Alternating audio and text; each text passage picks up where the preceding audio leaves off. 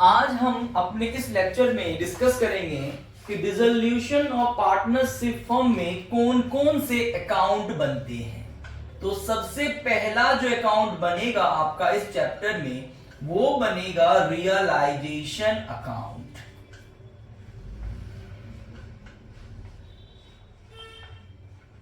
दूसरा बनेगा आपका पार्टनर्स कैपिटल अकाउंट।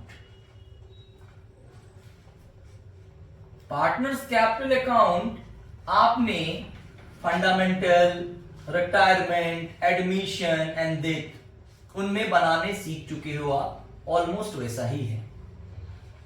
थर्ड इसमें बनेगा पार्टनर्स लोन अकाउंट।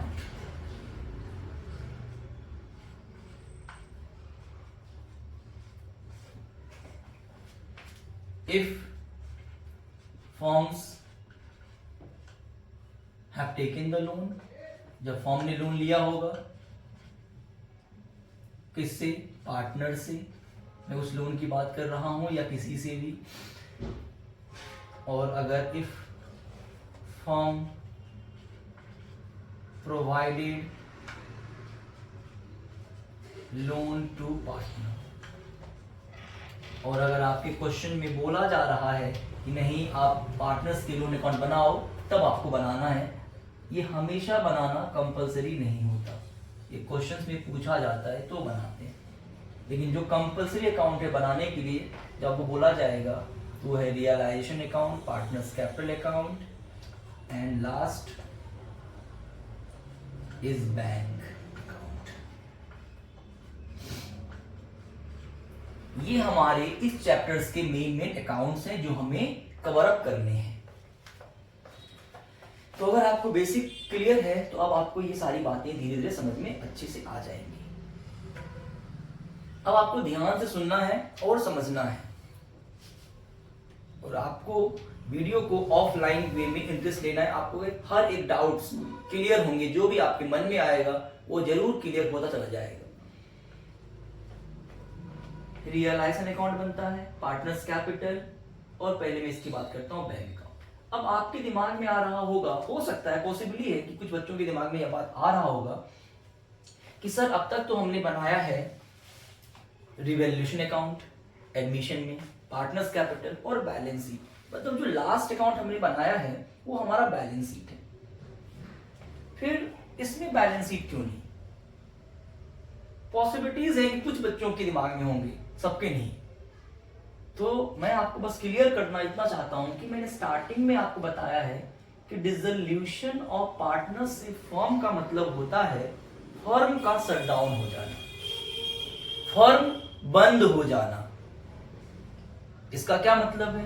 इसका मतलब है कि जब पूरा पूरा फर्म ही बंद हो रहा है तो बिजनेस का पोजीशन मालूम करने का कुछ मतलब ही नहीं बनता, क्योंकि बैलेंस शीट क्या बताता है कि फर्म का पोजीशन क्या है, फर्म के पास कितने लायबिलिटीज हैं आज के डेट में, कितना असेट है आज के डेट में। तो जब आपका फर्म ही डिसॉल्व हो रहा है तो पोजीशन जानने का कोई मतलब नहीं बनता। इसलिए डिसोल्यूशन ऑफ पार्टनरशिप में बैलेंस शीट नहीं बनता। दूसरी सबसे इंपॉर्टेंट बात, जब ये फर्म बंद हो रहा है उस वक्त उसके ऊपर कुछ ना कुछ लायबिलिटीज होंगे, उनके ऊपर कुछ ना कुछ लायबिलिटीज 100% होंगे, और उनके फर्म के पास असेट भी होगा। और लीगली और मॉरली क्या कहता है कि आपके पास जो भी लायबिलिटीज हैं, अगर आप कोई चीज को बंद कर रहे हो तो उसको पे ऑफ करो, पेमेंट करो उसका। और हम ये बात को भी अच्छे से जानते हैं कि पार्टनरशिप बिजनेस में अनलिमिटेड लायबिलिटीज होती है, पार्टनर्स के ऊपर अनलिमिटेड लायबिलिटी। इसका मतलब पार्टनर्स को सारे लायबिलिटीज के पेमेंट करने होंगे, तो कैसे पेमेंट करेंगे? उनके पास जो भी असेट होगा उनको रियलाइज करेंगे, सेल करेंगे, उससे कुछ पैसे आएंगे और उस पैसे से अपनी लायबिलिटी को पेमेंट कर देंगे। अब दिमाग में ये बात भी आ सकता है बहुत से बच्चों की, सर ऐसा नहीं हो सकता क्या कि लायबिलिटीज उनका ज्यादा अमाउंट का हो और असेट को रियलाइज करके कम पैसे आए हैं। 100% हो सकता है। तो जब ऐसा होता है कि लायबिलिटीज ज्यादा हो, असेट से पैसे कम आए,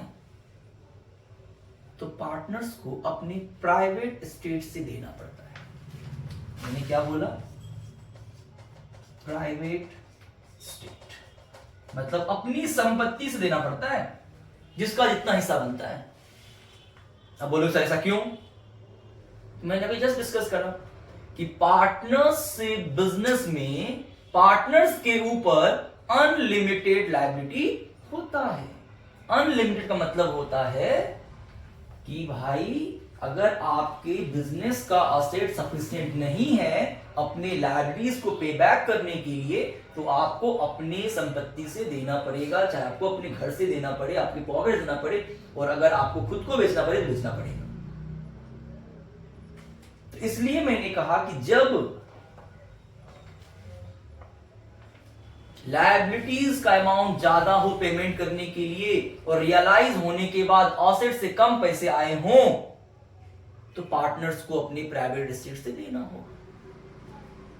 दूसरा सवाल कि सर अगर असेट ज्यादा हो गया और लायबिलिटी का पेमेंट कम करना पड़े, अच्छी बात है ना यार। जितना पैसा बच जाएगा वो पार्टनर्स अपने हिस्से में अपने घर लेके जाएंगे। तो ये दोनों बातें हो सकती हैं। तीसरा भी हो सकता है जितना असेट है उतनी ही लायबिलिटीज हो, ये भी ठीक है, ना लेके जाएंगे ना घर से देंगे। तो मैं आपको बताऊं, सबसे पहले जो इसमें बनता है वो बनता है रियलाइजेशन अकाउंट। रियलाइजेशन का मतलब यहां पे है असेट को सेल करना और लायबिलिटीज का पेमेंट करना।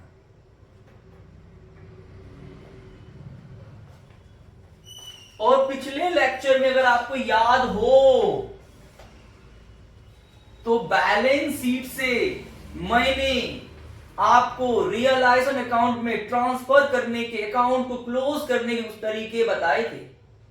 अब हमें उस पे वर्क करने का टाइम आ गया है। तो अब देखिए कि आखिर बनता कैसे है। चलिए, ये हमारा रियलाइजेशन अकाउंट का फॉर्मेट है। पर्टिकुलर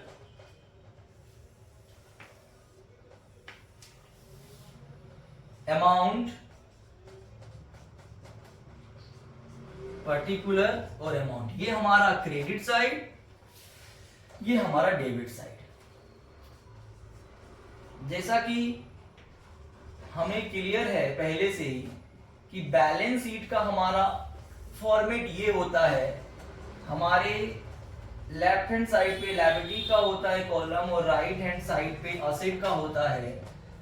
असेट्स में हमें असेट्स दिए होते हैं जो भी फर्म के पास होता है, जैसे कि मान लेते हैं कैश एट बैंक दिया हुआ है 1 लाख रुपीस का, डेटर दिया हुआ है 50,000 का, चलो बिल्डिंग दिया हुआ है 1 लाख रुपीस का, गुडविल दिया हुआ है 40,000 का, फर्नीचर दिया हुआ है 50,000 का, प्रॉफिट एंड लॉस दिया है चलो 40,000 का। ये रफली एस्टिमेट है। चलिए, पार्टनर्स का कैपिटल दिया हुआ है एक्स का और वाई का 40,000 एंड 80,000, 1,20,000। क्रेडिटर्स दिया है 50,000। उसके बाद रिजर्व दिया हुआ है 40,000।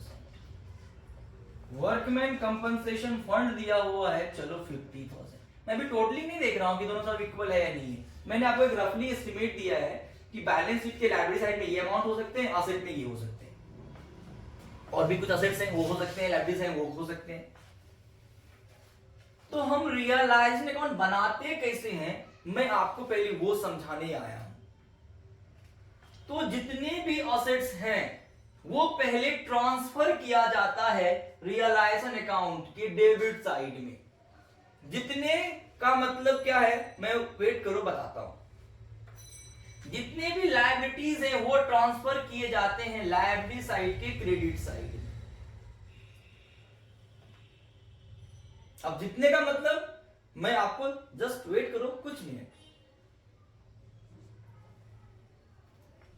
और अब जो भी बातें मैं बोलने जा रहा हूं, कुछ आपको व्हाइट बोर्ड पे दिखेंगे, कुछ आपको व्हाइट बोर्ड पे ना दिखे, पॉसिबिलिटीज हैं। तो प्लीज पेन और कॉपी लेके आप बैठ जाओ, और जो भी बातें आपको लगती हैं वो इंपॉर्टेंट है, आप सुनो, वीडियो पॉज करो, लिखो, फिर सुनो, वीडियो पॉज करो और लिखो। क्योंकि ये कॉन्सेप्ट मैं अगर व्हाइट बोर्ड पे लिखने चला गया तो बहुत लंबा वीडियो बन जाएगा। इसीलिए आपसे रिक्वेस्ट है कि आप यहां से बड़े केयरफुली अपनी वीडियोस को सुनना। जितने भी एसेट्स हैं वो ट्रांसफर होते हैं रियलाइजेशन अकाउंट में डेबिट साइड में, और जितने भी लायबिलिटीज हैं वो ट्रांसफर होते हैं रियलाइजेशन के क्रेडिट साइड में। अब मैं आपको बताऊं पहले लायबिलिटी साइड से। पार्टनर्स का कैपिटल रियलाइजेशन अकाउंट में ट्रांसफर नहीं होता है। जैसा कि मैंने आपको लास्ट लेक्चर में भी बताया था, ये हमारा एक्सटर्नल लायबिलिटीज नहीं होता है, इसे हमें पेमेंट करने की रिक्वायरमेंट नहीं होती है, मतलब कंपलसरी नहीं होता है। बचेगा तो वो लेके जाएंगे भैया, नहीं बचेगा तो उनको देना फर्म की कोई कंपलसरी रिक्वायरमेंट या रिस्पॉन्सिबिलिटी नहीं होती। तो रियलाइजेशन अकाउंट में वो लायबिलिटीज ट्रांसफर होते हैं जिनका हमें पेमेंट करना कंपलसरी होता है। तो आपको मैं बता रहा था कि जितने भी ऐसे लायबिलिटीज जिनका पेमेंट हमें करना कंपलसरी होता है वो सारे रियलाइजेशन में ट्रांसफर होते हैं क्रेडिट साइड पे। तो याद रखना है कि पार्टनर्स कैपिटल ट्रांसफर नहीं होता रियलाइजेशन अकाउंट में। रिजर्व ट्रांसफर नहीं होता है रियलाइजेशन अकाउंट में, क्योंकि रिजर्व को हम क्रिएट करते हैं कि कुछ ऐसे हैपनिंग्स हो जाए तो फर्म उससे डील कैसे करेगा। तो ये हमें पेमेंट नहीं करना पड़ता किसी भी आउटसाइडर्स को, इसलिए किसी भी तरीके का रिजर्व ट्रांसफर नहीं होता, चाहे वो जनरल रिजर्व हो चाहे वो कंटिंजेंसी रिजर्व हो। वर्कमैन कंपनसेशन ट्रांसफर होता भी है नहीं भी होता है, सब्जेक्ट टू कंडीशन। प्लीज आप इस पॉइंट को लिखें, वर्कमैन कंपनसेशन ट्रांसफर होता है बट सब्जेक्ट टू कंडीशन। जैसे कि अभी मेरे इस बैलेंस शीट में 50,000 अमाउंट गिवन है, इन एडिशनल इंफॉर्मेशन इसके बारे में कोई जिक्र नहीं है। इस केस में वर्कमैन कंपनसेशन रियलाइजेशन में ट्रांसफर नहीं होगा। प्लीज नोट डाउन करें, if WCF is given 50,000 inside balance sheet and no additional information is provided for this, then workman compensation is not transferred to realization account. Then what is the treatment? Then this 50,000 will be distributed among partners in old ratio. Where? In partners capital, credit side. Second case, 50,000 हमारे यहां दिख रहा है और additional information में ये कहता है कि workman compensation fund is claimed at 40,000। तब इस केस में रियलाइजेशन अकाउंट में ये 40,000 ट्रांसफर होगा, और ये जो डिफरेंस अमाउंट है 10,000 का, ये पार्टनर्स कैपिटल में पार्टनर्स के बीच में डिस्ट्रीब्यूट होगा। तो if WCF is 50,000 and in additional information the claim is 40,000 or 30,000, इससे क्लेम कम होना चाहिए, then whatever the claim amount is will be transferred to realization account credit side and the difference जो रह जाता है that will be distributed among partners in all ratio in partners capital account credit side. Next,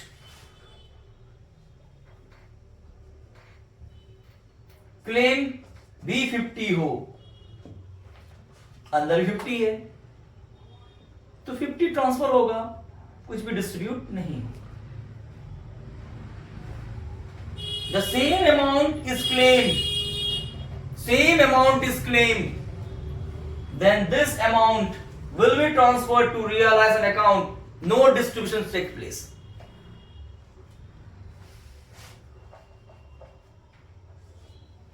अब claim ज्यादा हो जाए then ये 50,000 transfer होगा रियलाइजेशन में और रियलाइज 60 होगा, लेकिन डिस्ट्रीब्यूशन नहीं होगा।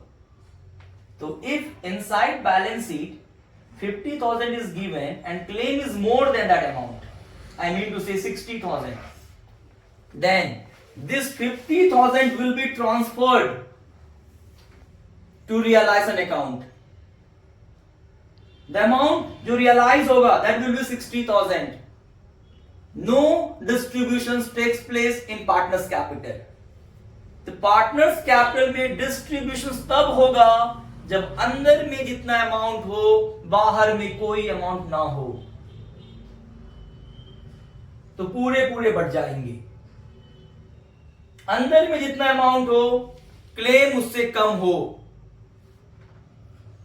तो जो क्लेम होगा वो ट्रांसफर होगा, डिफरेंस अमाउंट बढ़ जाएगा।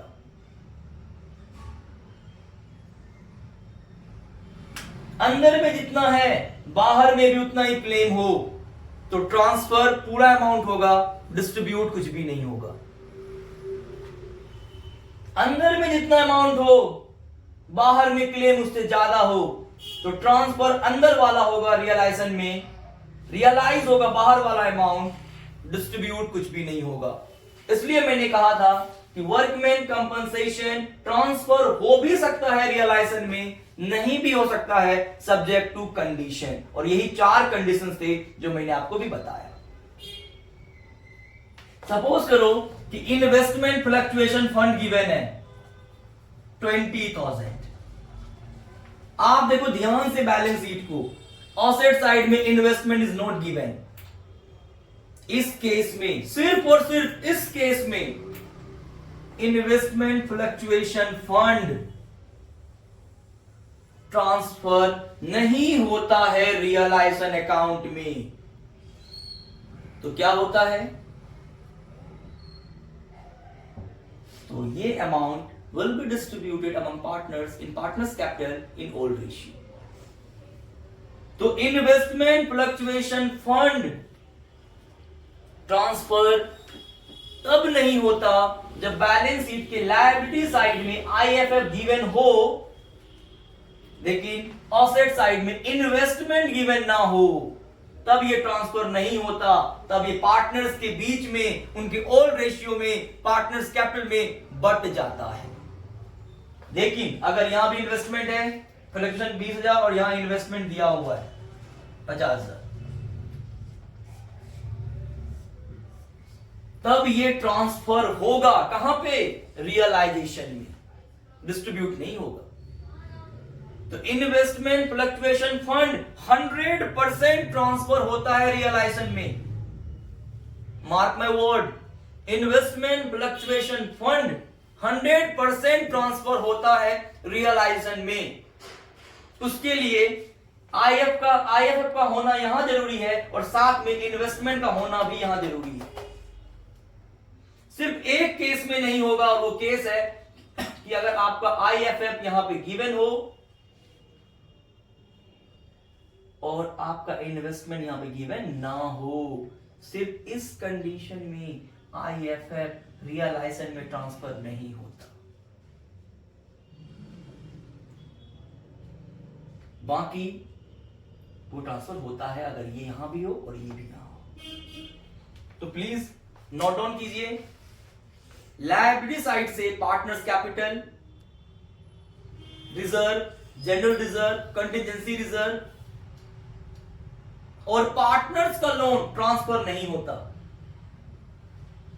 जैसे कि पार्टनर्स में एक्स वाई है और एक्स ने लोन दिया हुआ है 10,000 का, ये रियलाइजेशन में ट्रांसफर नहीं होगा। पार्टनर्स के लोन ट्रांसफर नहीं होते हैं। तो लायबिलिटी साइड से पार्टनर्स का लोन, पार्टनर्स का कैपिटल, किसी भी तरीके का reserve, profit and loss transfer नहीं होता। बाकी सारे लायबिलिटीज ट्रांसफर होते हैं।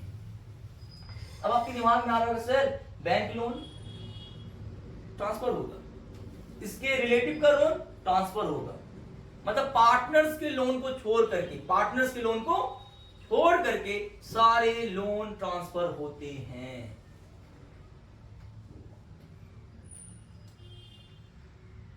तो क्या क्या ट्रांसफर नहीं होता? Partners capital, partners loan, reserve, general reserve, profit and loss, workman compensation is subject to condition, जो मैंने आपको लिखा दिया, और आईएफएफ ट्रांसफर होगा रिलेशन में, तब ट्रांसफर नहीं होगा जब आईएफएफ लायबिलिटी साइड में दिया हुआ हो बट असेट साइड में इन्वेस्टमेंट दिया हुआ ना हो, तब ये ट्रांसफर नहीं होता। तब पार्टनर्स के बीच में उनके कैपिटल अकाउंट में उनके ओल्ड रेशियो में बढ़ जाता है। असेट साइड से सारे असेट ट्रांसफर होते हैं, सारे के सारे असेट्स ट्रांसफर होते हैं। क्या ट्रांसफर नहीं होता? कैश एट बैंक ट्रांसफर नहीं होता, कैश इन हैंड ट्रांसफर नहीं होता, प्रॉफिट एंड लॉस ट्रांसफर नहीं होता, एडवर्टीजमेंट सस्पेंस ट्रांसफर नहीं होता, और इफ पार्टनर्स कैपिटल और करंट अकाउंट इधर गिवन है तो ट्रांसफर नहीं होता। तो असेट साइड से cash in hand, cash at bank, partners capital, advertisement suspense and profit and loss transfer नहीं होता, बाकी सारे ट्रांसफर होते हैं। तो मैं अगर बात करूं सारे असेट्स की, जो ट्रांसफर नहीं होते उनके अलावा की बात कर रहा हूं। अगर मैं बात करूं सारी लायबिलिटीज की, तो जो ट्रांसफर नहीं होता मैं उनकी बात कर रहा हूं। तो रियलाइजेशन अकाउंट में लायबिलिटी ट्रांसफर होता है क्रेडिट साइड में, रियलाइजेशन अकाउंट में एसेट ट्रांसफर होता है डेबिट साइड में।